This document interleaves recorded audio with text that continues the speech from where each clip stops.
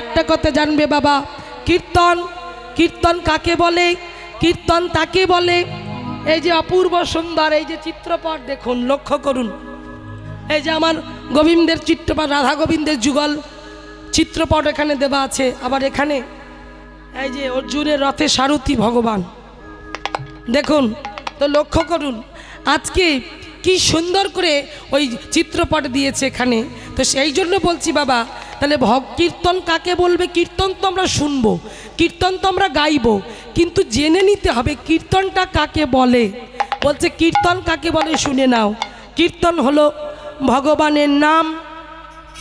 চারটে জিনিস মায়েরা মনে রাখবে: ভগবানের নাম, ভগবানের রূপ, ভগবানের গুণ, ভগবানের লীলা উচ্চ ঈশ্বরে বর্ণনা করাকে বলা হচ্ছে কীর্তন। তাহলে কি কি বললাম? ভগবানের নাম, ভগবানের রূপ, ভগবানের গুণ, ভগবানের লীলা উচ্চ ঈশ্বরে বর্ণনা করাকে বলা হচ্ছে কীর্তন। আমার ভগবান অনাদির আদি গোবিন্দ, সর্বকারণের কারণম, যিনি বিশাল, যিনি বিভু, যিনি বিরাট, যিনি আদি, যিনি অনন্ত, যিনি সৃষ্টি স্থিতি লয় প্রলয়কারীর মালিক। আবার ওই ভগবান আমার অষ্টসিদ্ধির প্রকাশ, যার মধ্যে 8টা সিদ্ধি আছে: অনিমা, লঘিমা, গরিমা, মহিমা, প্রাপ্তি, প্রাঙ্গম, ঈশিতা, বুর্ষিতা। এই অষ্টসিদ্ধির প্রকাশ আমার ভগবানের মধ্যে। অনিমা মানে কি? অনু মানে ছোট, লঘু মানে হালকা, গরিমা মানে ভারী, মহিমা মানে বড়, প্রাপ্তি মানে পাবার ক্ষমতা, প্রাঙ্গম মানে দেবার ক্ষমতা, ঈশিতা মানে জয় করবার ক্ষমতা, আর বুষিতা মানে বশীকরণ করবার ক্ষমতা। তাহলে ভেবে দেখুন কার নাম শুনতে এসেছো মায়েরা?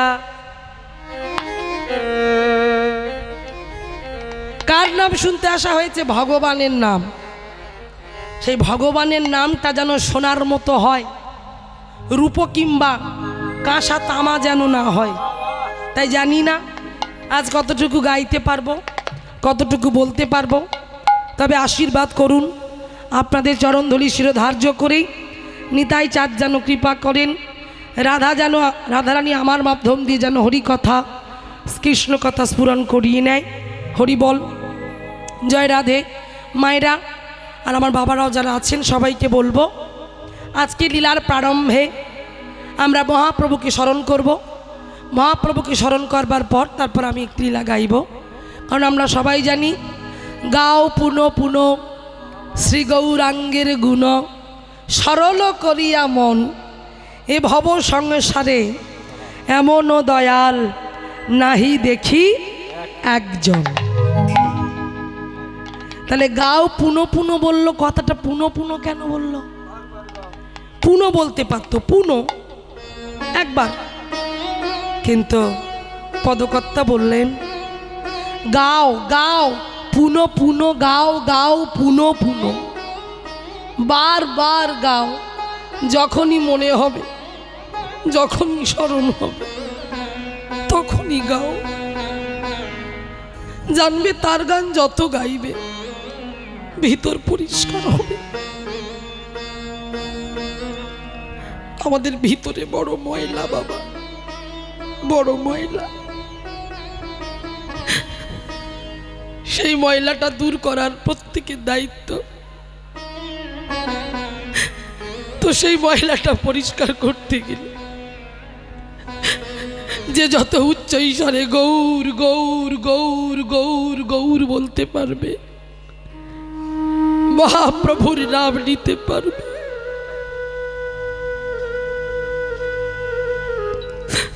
আমরা তো বলতে পারি না মা, আমরা তো ডাকতে পারি না,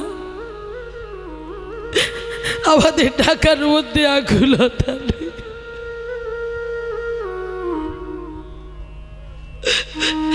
আমাদের ডাকার মধ্যে ব্যাকুলতা নেই, আমাদের ডাকার মধ্যে চোখে জল নেই।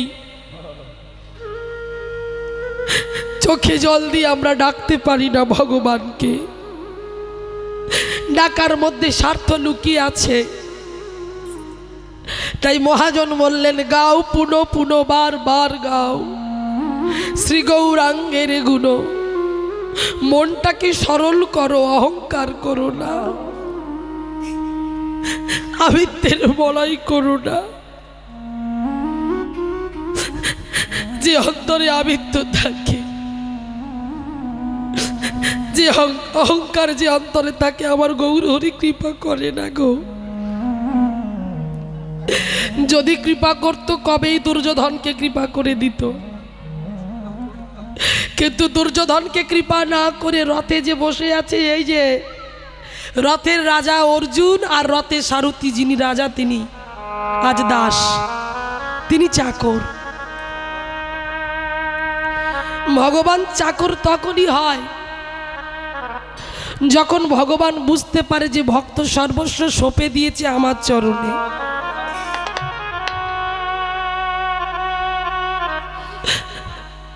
আমি ছাড়া কোনো গতি নাই।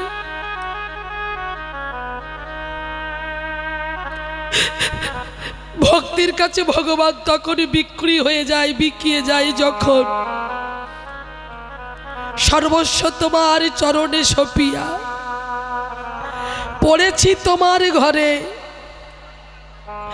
তুমি তো ঠাকুর তোমারই কুকুর বলিয়া জানো মনে।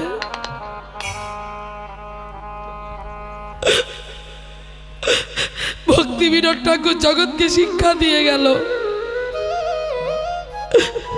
ওগো দয়াময়, ওগো করুণাময়, অনেক দিন আগে মায়া ত্যাগ করে তোমার চরণে আমি সংসারে ত্যাগ করে আমাকে তোমাতে সঁপে দিয়েছি। আমার বলে তো আমি কিছু রাখিনি দয়াল, আমার সর্বস্ব কিছু আমি তোমার চরণে সঁপে দিয়ে তোমার ঘরে পড়ে আছি। তাই তোমার কাছে আমার অনুরোধ, তুমি তো ঠাকুর, আমার মন গড়া কথা নয় মায়েরা বাবা, সব মহাজনী পদ, মহাজনীর গান শুনবেন বাবা, মহাজনী পদাবলী শুনবেন। মহাজনীদের কত দীনতা, কত ত্যাগ জীবনে। আজকে বলতে গেলে স্বরগোস্বামীর কথা চলে আসে, শ্রীরূপ সনাতন ভট্ট রঘুনাথ, শ্রীজীব গোপাল ভট্ট দাস রঘুনাথ, এই 6 গোস্বায়ে করি চরণ বন্দন, যাহা হইতে বিঘ্ন নাশ অভীষ্ট পূরণ। প্রত্যেকের যদি পরিচয়পত্রটা দেখা হয়, প্রত্যেকে কিন্তু বড় বাড়ির ছেলে, সম্ভ্রান্ত পরিবারের ছেলে।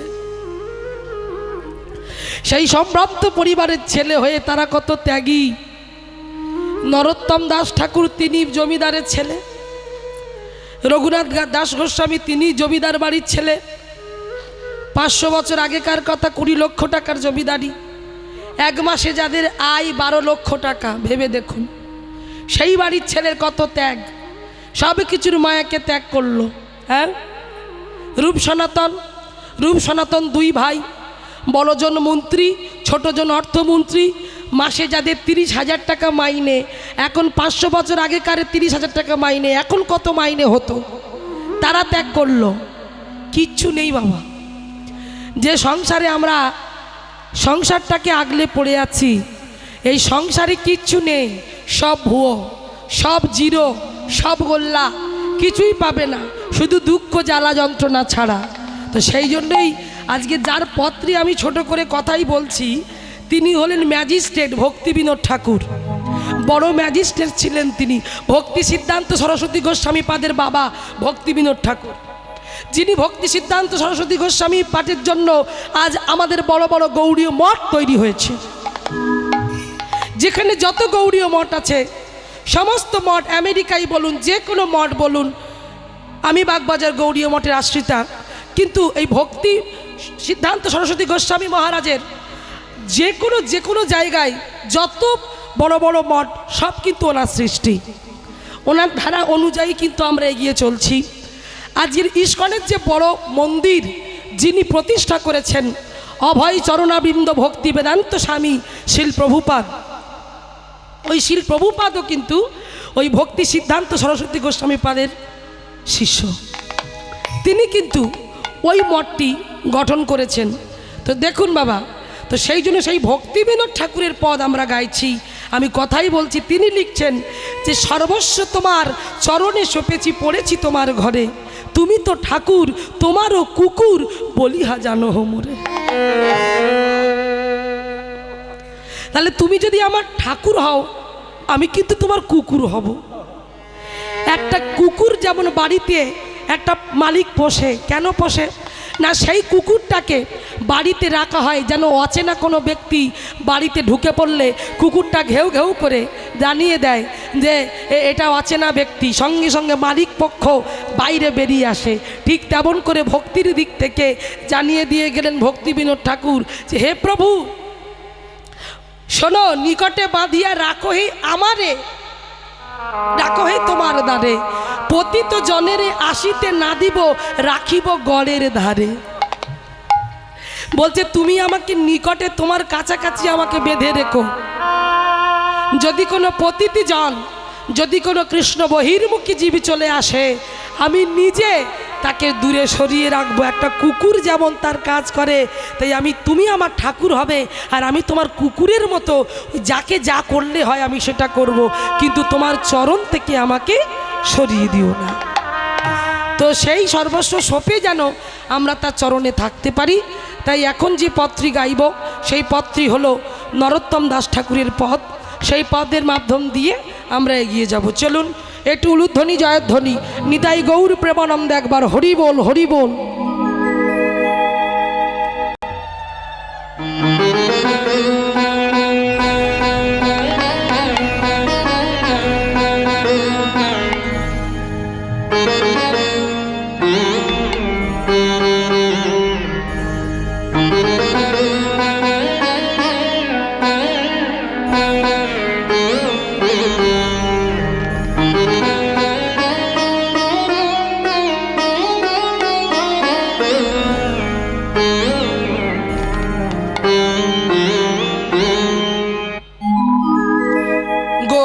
পুনা ভোজিয়া মইন গোরা না ভোজিয়া মইন গোরা কি কথা,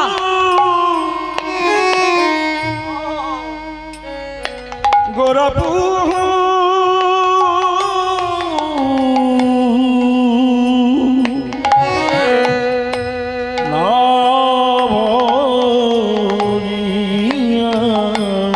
মইন প্রেম রতন ধান হেলাইয়া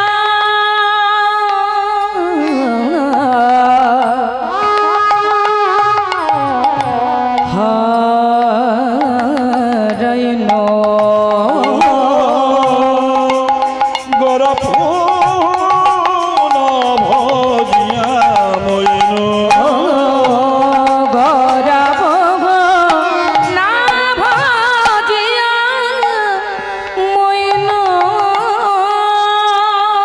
পুহু না ভজিয়া মইনু। প্রাণের গোরা কত সুন্দর কথা বলল দেখুন। জগতের চেতনা, জীবের চেতনা ফেরানোর জন্য নরোত্তম ঠাকুর, সেই জমিদার বাড়ির ছেলেটা, জগৎকে শিক্ষা দিয়ে গেল। গোরা পুহু না ভজিয়া মইনু। গোরার চরণ ভজা হলো না, গোরার চরণ ভজা হলো না, গোরার চরণ আমার ভজা হলো না। সেই গোরার চরণটা আমি ভজতে পারলাম না। আমি কত অজ্ঞ, আমি কত মূর্খ, আমি কত জ্ঞানহীন, কিন্তু কথা দিয়েছিলাম সেই চরণ আমি ভজন করব, সেই চরণ আমি স্মরণ করব, কিন্তু স্মরণ করা আমার হলো না। মায়েরা, ওমা তোমরা তো দূরে বসেছো কেন? সামনে তো জায়গা পড়ে আছে, অন্য লোকের জন্য জায়গা রেখে দিয়েছো? বাহ, আমি শুনেছি যারা জায়গা পায় না তারা পিছনে বসে, এখানে আবার উল্টো, জায়গা পেয়ে পিছনে বসছি। আহা, ভিজে গেছে, তার জন্য খড় দিয়ে দিয়েছে। হরি বল। কি বলুন তো, কারণ শ্রোতা বক্তা উভয়ে যদি কাছাকাছি না থাকে না, সেই ভালোবাসার আদান প্রদানটা করা খুব মুশকিল ব্যাপার। শ্রোতাদের দেখলে ভক্তদের চোখে চোখ রেখে শ্রোতা বক্তা কথা বলে, চোখের জলটা তখনই আসে। মায়েরা, আপনারা তো ভাবের মানুষ, ভাবের ঘরের মানুষ। কীর্তন হলো ভাব, কীর্তন ছেলে খেলার বিষয় নয় মায়েরা। দুটো বাস্তব টাটকা টাটকা কথা বলে গেলাম, ওটা কীর্তন নয়। কীর্তনটাকে শুনতে গেলে বক্তা শ্রোতা উভয় কাছাকাছি থাকতে হবে। আপনারা জানেন না বাবা, মুর্শিদাবাদ নদিয়াতে কৃষ্ণনগরে যখন আমরা গান করতে যাই, মালদায় এরকম উঁচু স্টেজ করে না, তারা নিজেরাই বলে আমরা সুখ পাই না। একেবারে এই রকম গোল করে আমাদেরকে ঘিরে বসে থাকে ভক্তরা। নদিয়া জেলা মানে বুঝতে পারছেন মহাপ্রভুর এলাকা, আর সেখানে সব ভক্তরা দেখলে আপনার প্রাণ জুড়িয়ে যাবে। সেখানে কোনো মেয়ে ছেলের বিচার হয় না। যখন একবার গৌর বলে কৃষ্ণ বলে চিৎকার করি না, ছেলে মেয়েরা উভয় উভয়কে জড়িয়ে ধরে কাঁদে, উভয় উভয়কে জড়িয়ে ধরে কাঁদে বাবা। ইয়ং ইয়ং ছেলে, বাংলাদেশে যে প্রোগ্রাম করি, সব 21, 20 বছর 16 বছরের ছেলেরা দাসপাড়িয়ার গান ফেললে পাগলের মতো জড়িয়ে ধরে কাঁদবে। এমন ভাব, এমন ভক্তি। তাই মায়েরা, কীর্তনটা বড় অমূল্য সম্পদ। তাই কীর্তনের ভাব না থাকলে কীর্তন হয় না। তাই নরোত্তম ঠাকুরের ভাবটা দেখুন, আক্ষেপ করে বলছে, প্রভু তুমি কেন আমার মৃত্যু দিলে না? যে প্রেমের বন্যা তুমি জগতে বুকে করে গেলে, যে নাম প্রেমের বন্যায় তুমি সবাইকে ভাসিয়ে গেলে, কে ছোট কে বড়, কে ব্রাহ্মণ কে অব্রাহ্মণ, কে চণ্ডাল কে অচণ্ডাল,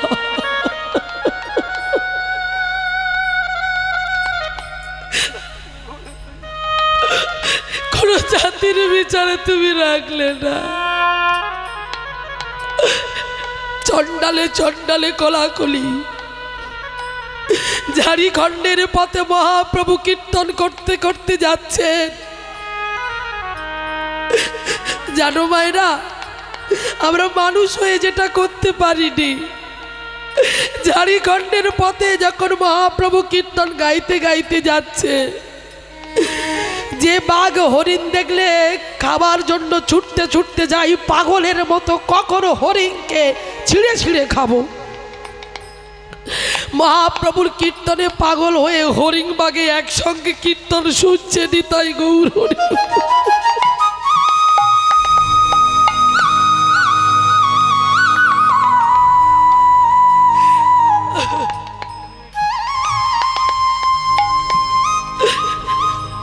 সেখানে কোনো হিংসা নেই,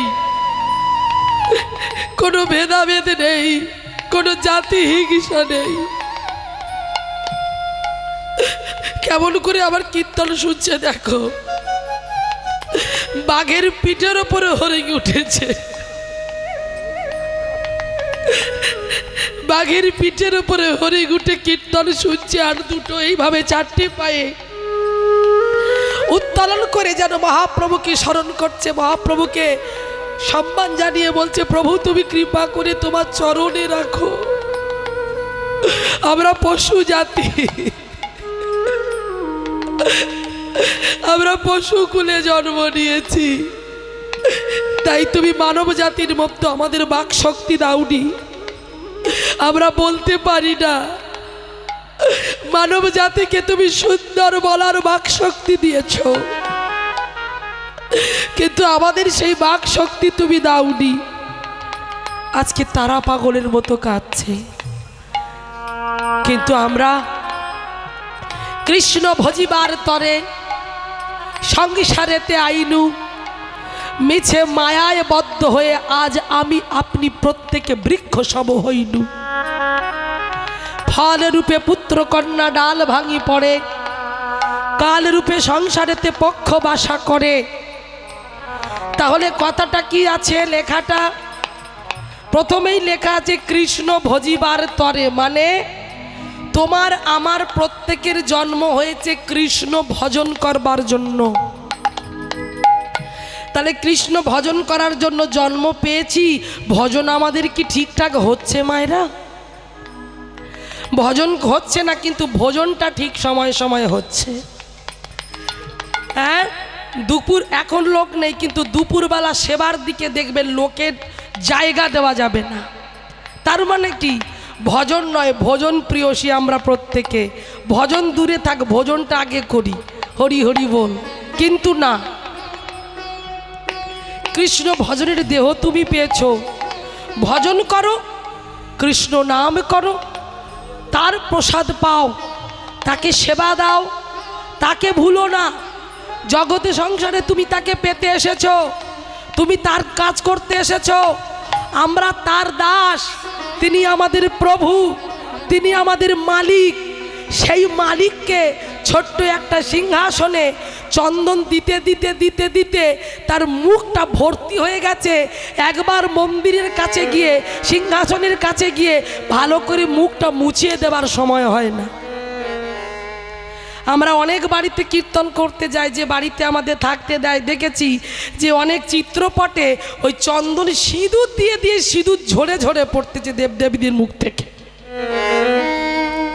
এত মর্যাদা দিচ্ছে। তো দেখুন, এই রকম ভক্তি নিয়ে ভগবানকে ডাকা যায় না।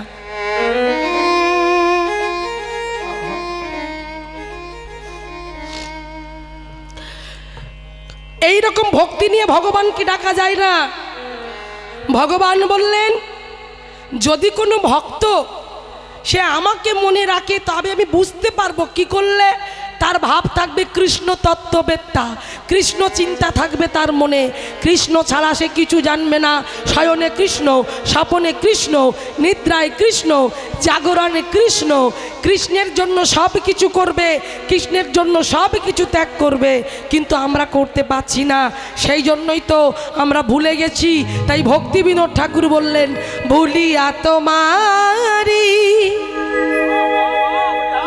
সংসারে আসিয়া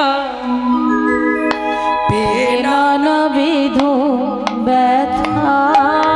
উলুধ্বনি উলুধ্বনি নিতাই গৌর প্রবলম্বনে একবার হরি বল। ভুলিয়া তোমারে সংসারে আসিয়া নানাবিধ ব্যথা। তোমারি চরণে আসিয়াছি আমি, জানাবো দুঃখেরই কথা। ভুলিয়া তোমারে সংসারে আসিয়া নানাবিধ ব্যথা।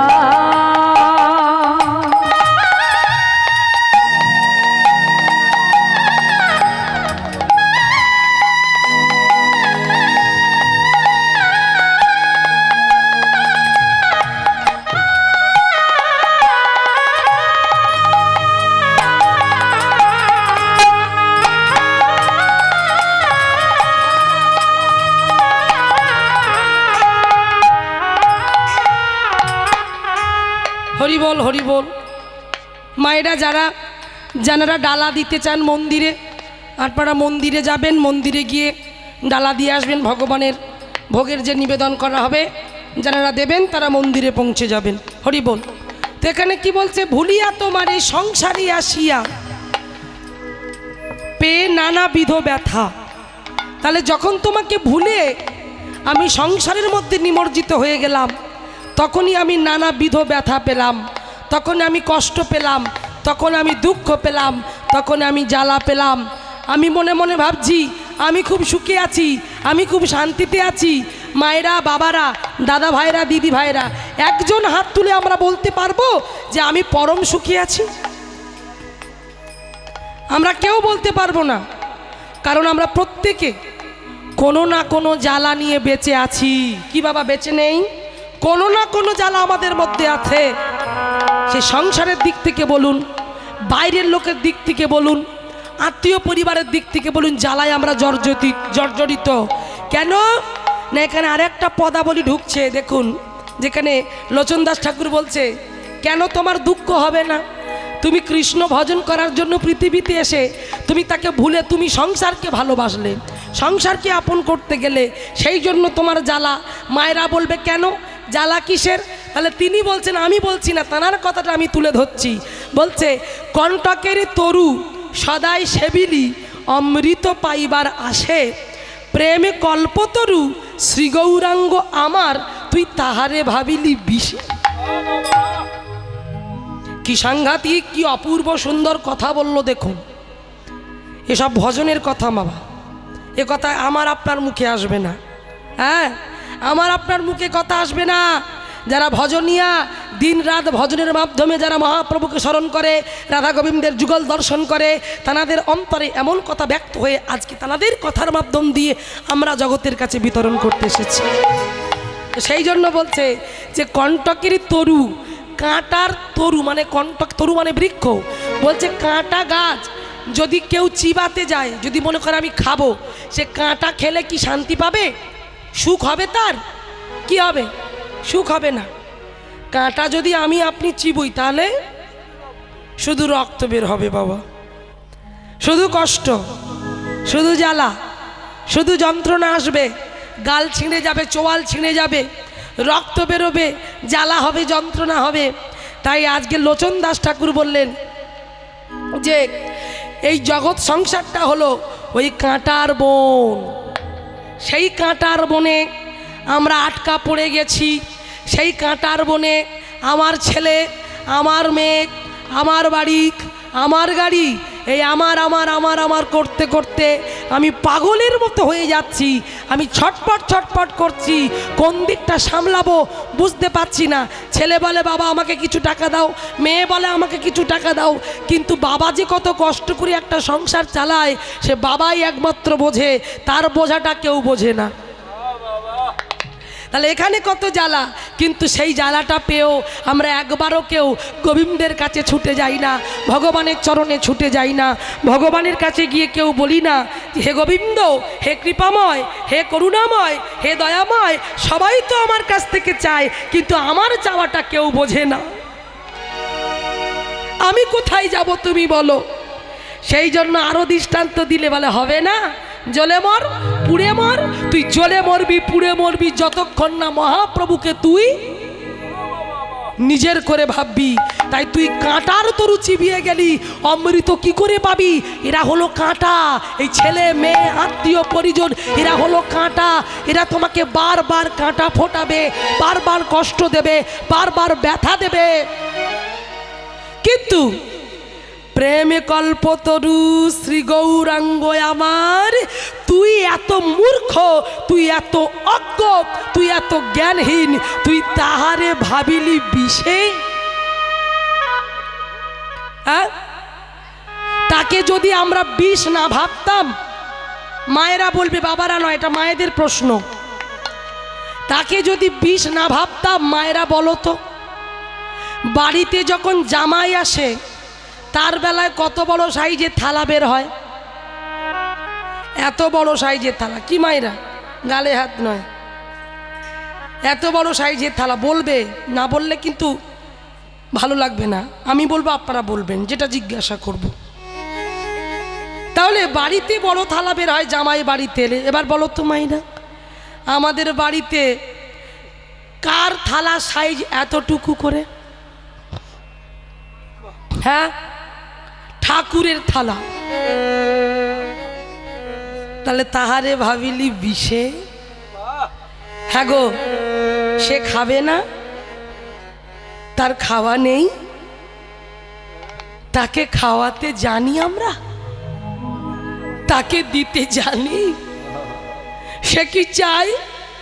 তার চাওয়া, তার কাছে আমরা প্রতিদিন যাই, প্রতিদিন চাই, ধনাং দেহি, যশাং দেহি, পুত্রাং দেহি, আয়ুর দেহি, দেহি দেহি দেহি, তুমি শুধু দাও, আমি শুধু নেব। কিন্তু তার চাওয়ার দাম আমরা কখনো কোনোদিন দিয়েছি? তাকে দিচ্ছি দুটো নকুলদানা, এতটুকু গ্লাস, গ্লাসের সাইজটা এমন বুড়ো আঙুলটা পর্যন্ত ঢোকে না বাবা। তাহলে এগুলো বিচার, এগুলো ভাবনা।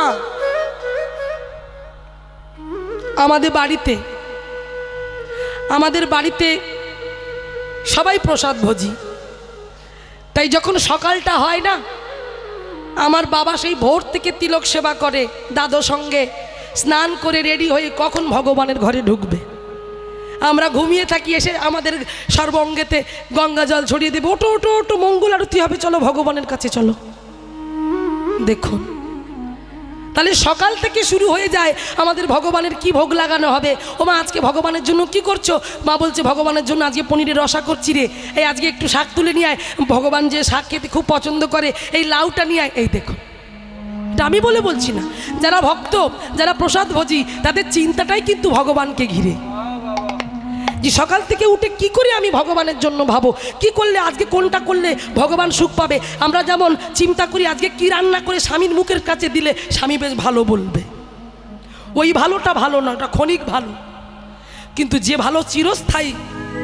শুধুমাত্র ভগবানের আঙুলটা কেটে গিয়েছিল বলে দ্রৌপদীর নিজের আঁচলের টুকরো কেটে দিয়ে গোবিন্দের সেই কাটা ক্ষতটাকে বেঁধে দিয়েছিল বলে সেদিনই তিনি প্রতিজ্ঞা করেছিল যে, সখী, আমি তোমাকে আশীর্বাদ করলাম, একদিন এমন একটা দিন আসবে, সেদিন এই এতটুকু এই বস্ত্রের বিনিময়ে শত শত বস্ত্র দিয়ে আমি তোমাকে ঢেকে দেব। নিতাই গৌর প্রেমানন্দ, একবার হরি বল।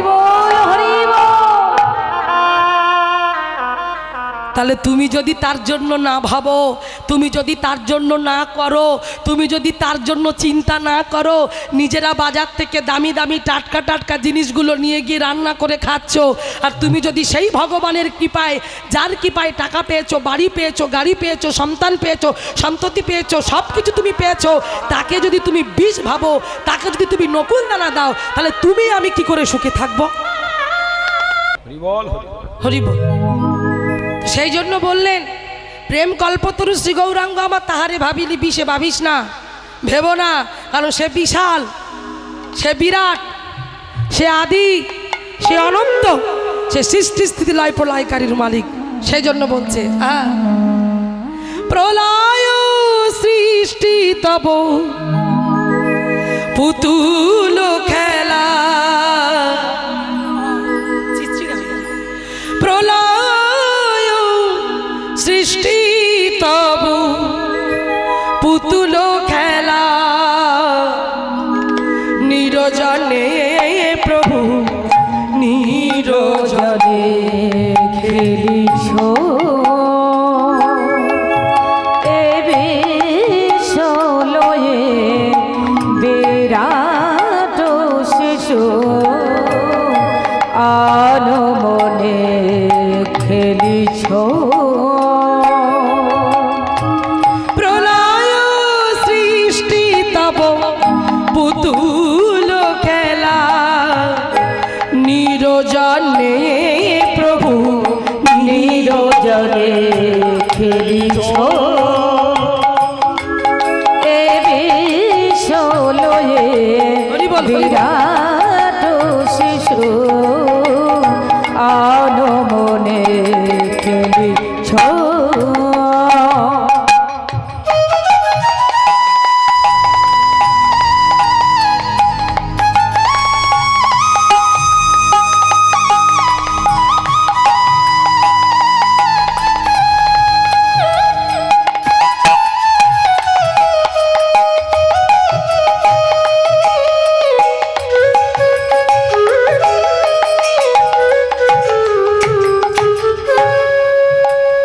কি বলছে? প্রলয় সৃষ্টি তব পুতুল খেলা, নিরজনে প্রভু, যাকে নকুল দানা দেওয়া হয় তার পরিচয় দিচ্ছে। দেখুন কে, কার লেখা গান? বিদ্রোহী কবি কাজী নজরুল ইসলাম। হ্যাঁ, অপূর্ব সুন্দর গানটা তিনি লিখেছেন। কি বলছে দেখুন, যে তিনি প্রলয়ের সৃষ্টি, তার কাছে এই প্রলয়